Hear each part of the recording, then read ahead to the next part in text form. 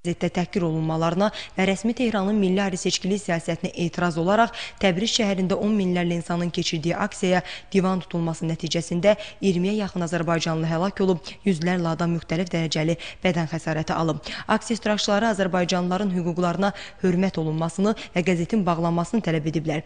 Mayın 22-sində Təbrizdə azərbaycanlıların qətlə yetirilməsi və 100-dən artıq soydaşımızın həbsi ilə bağlı Güney Azərbaycan Milli Oyanış Hərəkatı və bütöv Azərbaycan Birliyinin üzvləri bugün İranın Bakıdakı səfirliyinin qarşısında etiraz aksiyası keçiriblər. APA'nın məlumatına görə polis aksiyaçıların səfirliyinin qarşısına yaxınlaşmasına icazə verməsə də aksiya iştirakçıları İran hökumətinin Azərbaycanlılarla bağlı siyasətini tənqid edən şüarlar səsləndiriblər və aksiyanın qətnaməsini İran səfirliyinin diqqətinə çatdırıblar.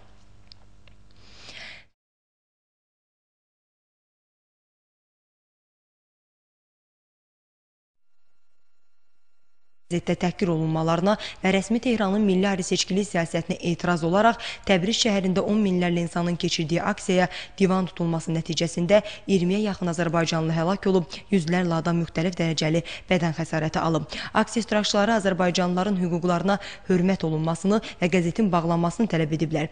Mayın 22-sində Təbrizdə azərbaycanlıların qətlə yetirilməsi və 100-dən artıq soydaşımızın həbsi ilə bağlı Güney Azərbaycan Milli Oyanış Hərəkatı və bütöv Azərbaycan Birliyinin üzvləri bugün İranın Bakıdakı səfirliyinin qarşısında etiraz aksiyası keçiriblər. APA'nın məlumatına görə polis aksiyaçıların səfirliyinin qarşısına yaxınlaşmasına icazə verməsə də aksiya iştirakçıları İran hökumətinin Azərbaycanlılarla bağlı siyasətini tənqid edən şüarlar səsləndiriblər və aksiyanın qətnaməsini İran səfirliyinin diqqətinə çatdırıblar.